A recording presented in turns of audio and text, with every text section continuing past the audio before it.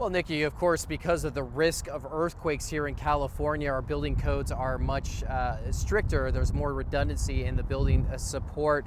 But again, the structural engineers tell us while it would be rare to see a collapse like that here in California, they say it's not impossible.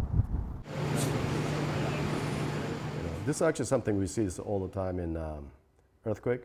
We showed the Florida collapse video to Dr. Kit Miyamoto, a structural engineer who lives in Davis. I mean, I see like the hundreds of them, just like the same way. He's also the CEO of his company, Miyamoto International, which assesses building integrity after natural disasters, a mission Miyamoto himself has a lot of firsthand experience with. 2017, I was in Mexico City earthquake.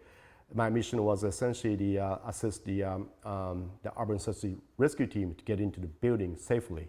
Dr. Miyamoto believes one of three things caused the Florida building to collapse, all of which have to do with the building's center column. This is actually very classic failure of the essentially columns. Columns are essentially the pillar.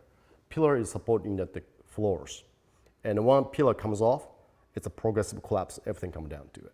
First, he says there could have been corrosion from the salty sea air as the building is next to the ocean.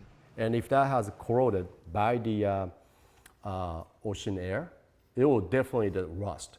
Second, he says a truck or vehicle could have hit the column at the base of the building. Or third, he says there could have been problems with the soil underneath the building. But if the soil settles, also the building settled with it, that could cause the failure too. But others, like Ryan Kirstein with the Structural Engineers Association of California, say it's just too early to pinpoint a cause. We know that in time there'll be the right amount of assessment and inspection and investigation to how this happened. But until then, it's really just too hard to tell. And both structural engineers we spoke with say earthquake requirements in California make a collapse like the one in Florida very unlikely to happen here. The reason is the seismic code is to create more redundancy in the system per se. If the one column comes, that usually kind of stable for a little while. So you don't see that kind of a progressive collapse like that.